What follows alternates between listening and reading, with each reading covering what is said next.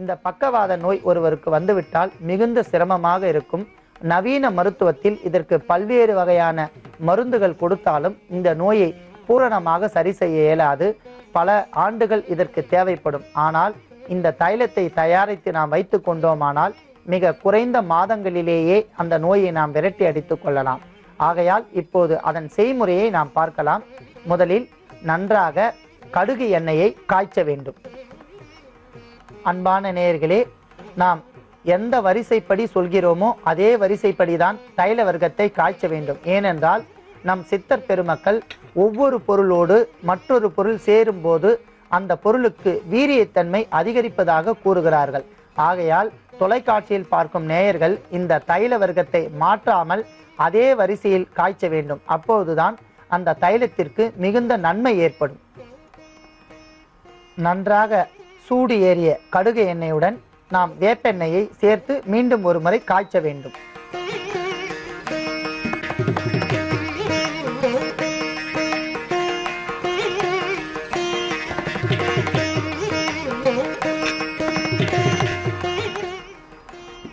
இதனுடன் நல்லெண்ணெயை நாம் சேர்த்து மீண்டும் காய்ச்ச வேண்டும்.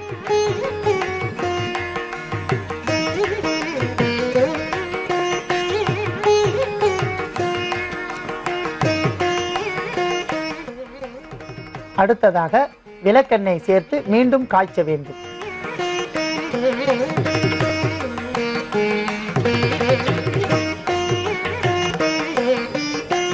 அன்பான நேயர்களே, மீண்டும் ஒரு முறை எண்ணெய் வரிசையை கூறுகிறேன், நன்றாக குறித்துக் கொள்ளுங்கள். முதலில் கடுகு எண்ணெய், அடுத்ததாக வேப்ப எண்ணெய், மூன்றாவதாக நல்லெண்ணெய், இறுதியாக விளக்கெண்ணெய் சேர்க்க வேண்டும். இதே நாம் வரிசைப்படி சேர்த்தால்தான் இந்த தைலத்தினுடைய மருத்துவ குணங்கள் சரியாக பொருந்தி வரும். இறுதியாக நன்றாக முத்திய முருங்கை மரத்தினுடைய பட்டையை அதில் சேர்த்து காய்ச்ச வேண்டும்.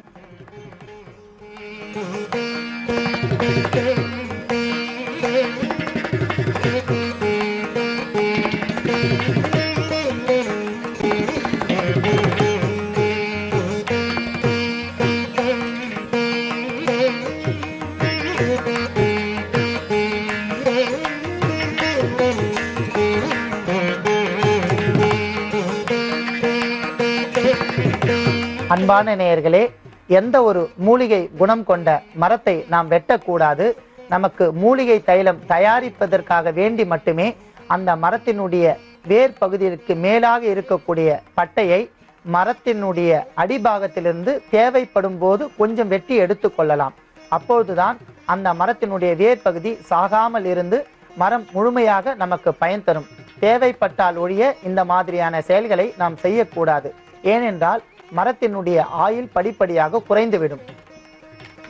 அன்பான நேயர்களே, இந்த தைலத்தை நாம் காய்ச்சும் போது முருங்கை பட்டையிலிருந்து நமக்கு ஈரத்தன்மை இருப்பதால் எண்ணெய் நன்றாக கொதித்து வெளியே தெரிக்கும். ஆகையால் ஒரு மூடி போட்டு நன்றாக தைலத்தை காய்ச்ச வேண்டும்.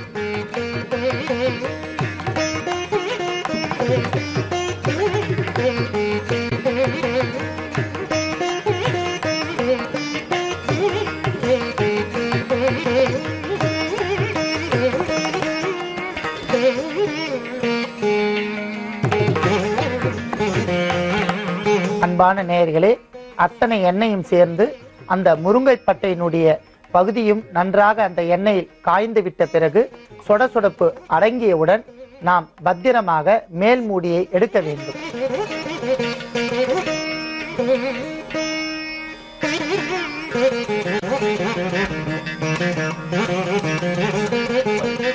அன்பான நேயர்களே, முருங்கைப்பட்டை நன்றாக சிவக்க வரும் வரை அதை நாம் நன்றாக காய்ச்ச வேண்டும். அப்போதுதான் அந்த முருங்கைப்பட்டையினுடைய மருத்துவ குணங்கள் பூரணமாக அந்த தைலத்தில் இறங்கி பக்கவாத நோயை படிப்படியாக விரட்டி அடிக்கக்கூடிய ஆற்றல் அந்த தைலத்திற்கு நிரம்பி இருக்கும். நன்றாக கொதித்த அந்த எண்ணெயை இப்போது நாம் வடிகட்டி எடுத்துக்கொள்ளலாம்.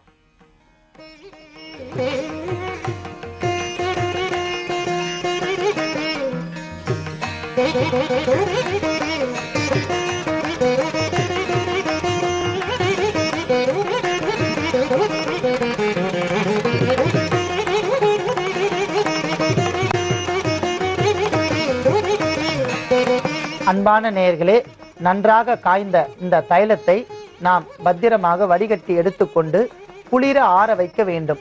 சிறிது சூடு கூட இருக்கக்கூடாது. ஏனென்றால் பக்கவாத நோய் உடையவர்களுக்கு சதை மிகுந்த மென்மையாக இருப்பதால் அவர்களால் சூடு பொறுக்க முடியாது. ஆகையால் தைலத்தை நன்றாக ஆற வைத்துவிட்டு பாட்டிலில் பத்திரப்படுத்தி எடுத்து வைத்து கொள்ளலாம்.